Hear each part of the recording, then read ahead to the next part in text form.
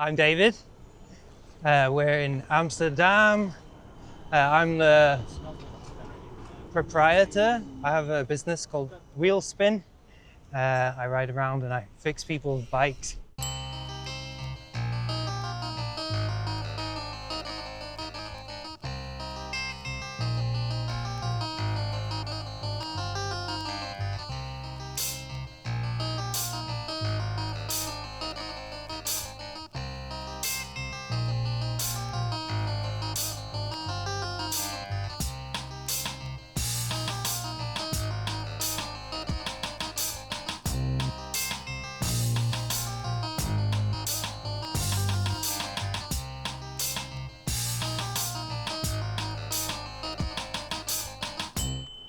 How long have you lived here? 2.5 years now, coming up on 3.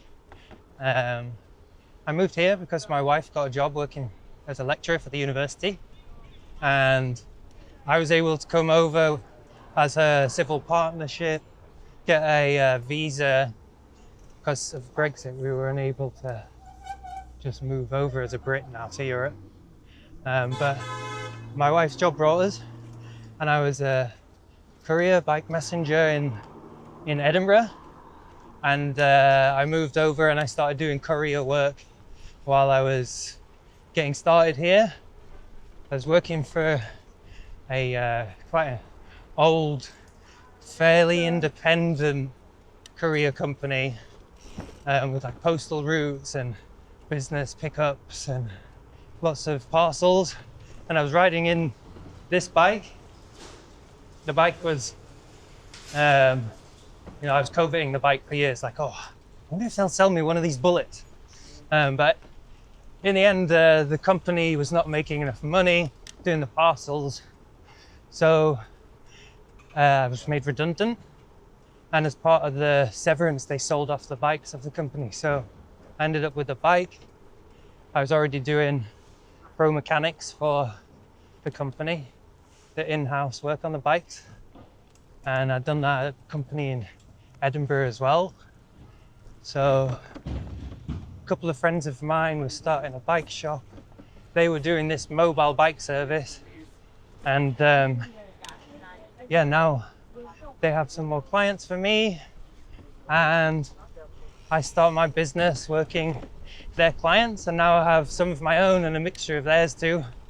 So I'm full-time mechanic on the road now.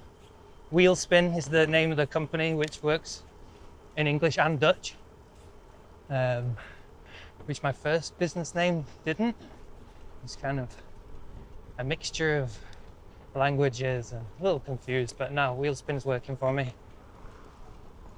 I'm doing the mobile mechanic stuff for probably about 8-9 months now, and just pedaling my cargo bike around. It's similar to courier work. I have like making my manifest in the morning, all my drops, but then when my pickups are a little bit more complicated. I have to think about what tools I'm going to need, what parts I'm going to need, how long it's going to take to do the job, what could possibly go wrong, how much time I'm going to need then to wrap it up and get to the next client in time. So there's a lot more to think about now. It's more like more admin to do as well, keep up with all the paperwork. So yeah, full-on business owner now.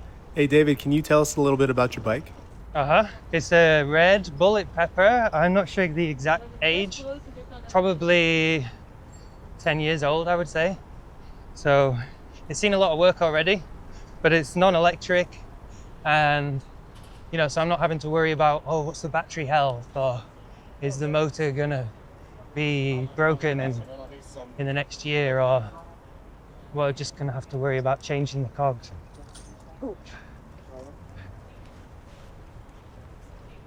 And it's like Dior XT, so the components are quite good, and it has a SRAM crankset with a worn-out chainring. I have it quite well accessorized with the So that's my office on the move. So I have my computer mounts, a couple of bells, and I've got a lock and all of the stuff that you need to be on the road all day. Toothbrush, suntan lotion, all that stuff. That's like bike check stuff for me because it's part of the office. And standard old wheel set, disc brakes. Need a new front rotor. Tacoed it a couple of weeks ago, falling off a ledge. So apologise if that noise is picking up on there. It's the classic of a mechanic to have stuff that he's working on his own bike. When you finish the day, you just want to sit down. On your own bike, you can manage it for the next day.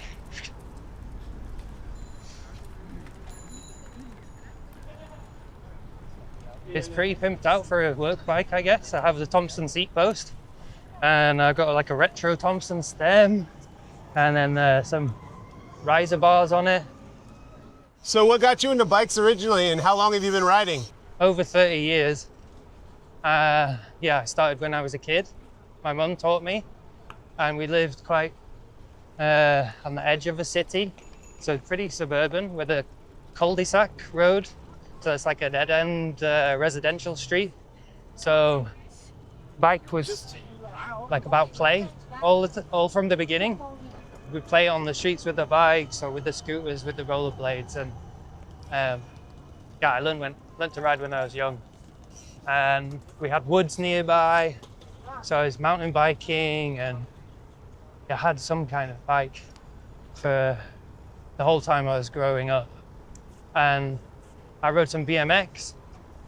I rode BMX for years when I was in like high school age. And I rode a trials bike, which is quite a UK thing to do. Like 26-inch street trials. Yeah. So that was fun. And then, so I think after I studied, and I was mostly a commuter at that point.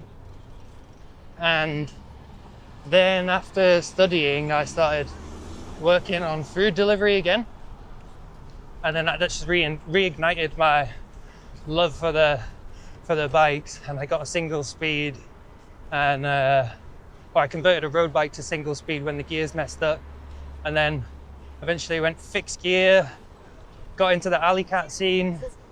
Yeah, and I loved that. We're a good community of UK food delivery, and those kind of little track bike renaissance. I think food delivery done a lot for all the biking apps now, just the sheer number of people that do it and like enjoy riding in the urban space. And then when I found the Alley Cats, I was like, oh, this is for me. Great Alley Cat series. Yeah, it's 3 Alley Cats across the UK. 3 different cities, 3 different organisers with manifests, and then also 1 competition. And it was points based. So you got points for each race, 10 points for the winners, and 1 point for 10th place. And it had to be track bike. So brakeless fixed gear riders only, one scoring the points. So you could have a single speed or a geared rider in first place, but not accruing any points for the series. And so the 3 cities were Glasgow, which is the biggest city in Scotland. Really great place to race around. They have a lot of kind of grid structure in the center, and then the roads around the outside are all mixed up, so there's plenty of opportunities for shortcuts and knowing your way around. And then second race was in Leeds, which also I know. I've won at Alley Cat in there as an out-of-towner, but I used to live there when I was in my younger days, as a late teen, early 20s. So Leeds I'm also familiar with. That was the second race. And then the final race was in London, the nation's capital. the biggest city in the UK. But I've raced in Glasgow and I'd raced in Leeds before. So when I saw that it was going to be Glasgow, Leeds and London, I was like, oh, could do quite well here. And I've scored victories in the first two cities already. So I was quite confident that I could do well. I was living in Amsterdam, I just moved over. So I had to travel back for each of the races. I traveled back and borrowed bikes. So I raced the first two, one on my friend Charlie's Brooklyn Machine Works, and then the second one on Harry's Custom Tomo. So all three of the bikes I rode were track-low bikes, just set up for the street, which really fits my kind of style anyway. I like the bunny hop the curbs and ride through these different lines, and yeah, so it's kind of nice to have a rugged bike. And Glasgow setup, I came over, I borrowed the bike and I stayed with some friends, and thanks Josh and Hannah for letting me stay at your place. Pretty nervous in the morning, but then yeah, smashed it in Glasgow. It was racing, really good racing. 2 big circle manifests, and just rode a really efficient route for the whole time. I wasn't the fastest guy. Matt and Tony from the New York were racing. So in the end, I think it kind of shook out. We were the front group by the end of the first manifest. We all kind of came in at the same sort of time. And then in the second manifest, me, Tony and Matt went the same way around. We saw each other quite a bit. But towards the end, they were dropping me. I was desperately skitching to try and keep up with them. But at the end of the second manifest, it was basically cleaning up a few checkpoints in the center of town, and it's hilly. Things are hidden. I knew my way around, and I kind of hung back for one checkpoint, make sure they wouldn't see where I was going, and then just booted it. Got to the penultimate checkpoint all alone, and it was just full gas to the finish. Hopefully they don't catch up with me. So Glasgow, I was the first overall and the first track bike. So 10 points.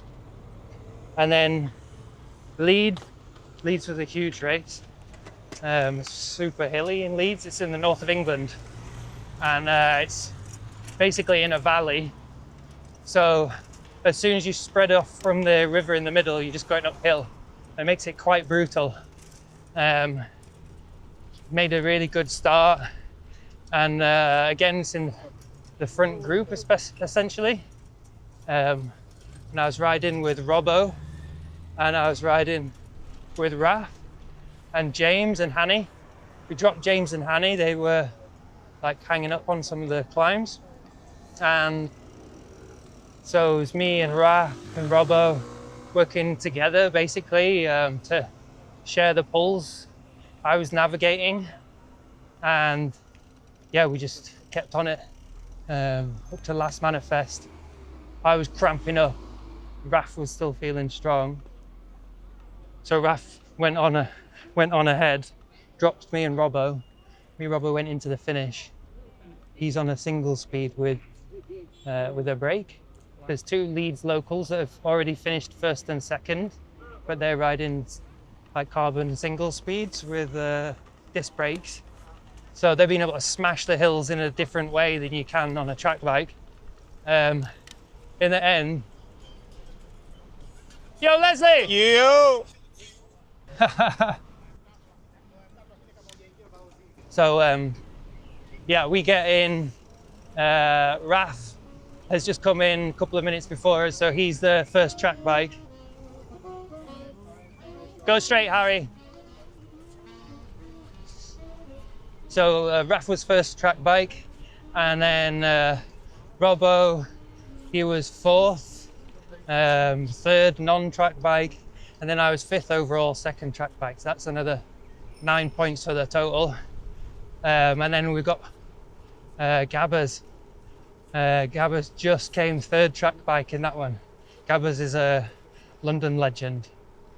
Tough man to beat. And I don't think anyone really beats him too often in London, if ever. He came third, which for having never ridden in Leeds is crazy. So it kind of came down to the last race, and I already had a lead over the next two competitors. If Raf had shown up, he would have had to win in London, and then and I would have had to not place in the top 10. And then but that was the only way I could lose in London. And in the end, I got 1 point. I came 10. We made a mistake in the first manifest and I had to go back. So then I was playing catch up. Made the cut to get onto the third manifest, but I wasn't in the first 10 riders to get to the fourth. But I was really happy, first time racing in London. And then so in the end, I was the overall points tally. I got the most points, 20 was enough for the W. And I went to all 3 races, which I'm not sure in the end was mandatory to have your points counted. But I'd been to all 3, so I had the most chances of winning the points as well. Not everybody came up to Scotland. Probably if Gabbers had come up to Scotland and scored some points, he would have, he would have had to make me work harder in London for sure. But I won a bike, a frame set from Scream, who was the title sponsor of the race. Scream Magnum 24, which wasn't really out yet at the time, so it's like having a bike before everybody else. This is so sick. And they did a custom paint job for me in my colours, black and green. And yeah, now that's my fast street bike, and never had a alloy track bike before. It's always been steel track low bike, so yeah, wide tyre clearance. Saying that though, the Scream can fit 35C tyres on, so all my bikes are track low. If you show up to a race on a bike that you won, people are like, oh, this guy's serious, he's gonna be one to watch, which is, I like to go under the radar a little bit more than that. Saying that, I can't help notifying everybody of the fact that, yeah, I won this bike. You know, I'm an alley cat racer and I won this bike. Oh God, what is the meaning of life? I guess my philosophy is meaning. I'm a bit of an absurdist, so I don't know if I really believe in there being a meaning of life. Maybe I definitely have a drive to reproduce at some point. So on a biological level, I think that brings a lot of meaning. It's a big question. You got any other ones? Where can people find you online? I'm on Instagram, Track Low Scotia, like Track Low Cross, but Scotia is like the name, another name for Scotland, SCOTIA. Yeah, you get me there. I post clips of alley cat racing and me riding my bike, other people riding their bike, and I like making little music videos out of them, and yeah, it's fun. I studied photography, so I love to have a creative output for that. Also, my business has an Instagram. It's wheel.spin, and wheel is spelled in the Dutch way, so it's WIEL.spin, as in like wheel spin, wheel squeal. And there, it's quite a new Instagram, but there you'll find me fixing bikes and posting nice pictures of riding around in Amsterdam. because it is beautiful.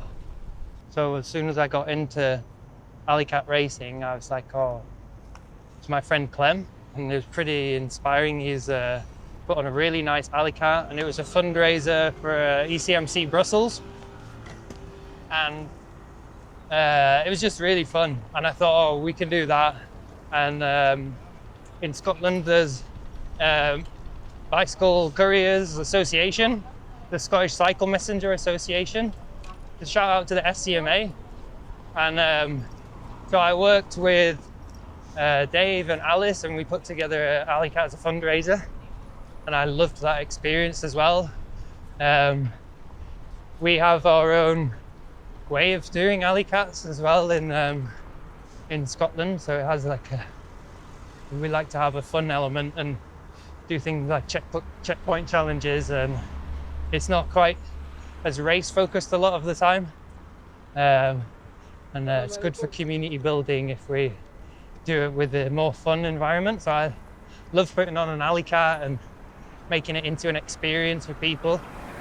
And we caught the track glow bug pretty early in Scotland, so I've been organising track lacrosse racing in Scotland and here since 2019 was the first one. So we have a couple of iconic races in Edinburgh. One of them is called Alcatrax. Alcatrax is a island that we lock ourselves onto. The tide goes in, and then we're trapped on the island. And we have a race course on there. It's really sick. Oh, we're here. Perfect. Nice.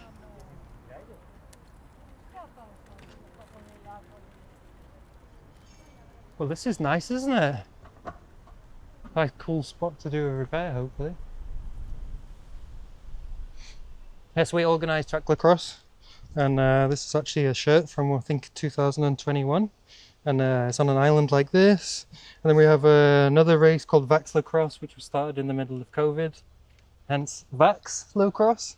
A little bit of trolling there, maybe. And so we were doing that now for, it'll be the 6th year on the island and the 5th year doing Vax Lacrosse this year. So it's quite long running. Maybe we'll have a world championship in Scotland in 2026. We'll see about that at this year's world championships. But it'd be cool to see you in Scotland if you're into trackler racing. Yeah, follow me and then stay in touch with what's happening with the events this year. It'll be in September. So we bring to a close the story of rigid control through the unceasing research and the highest quality.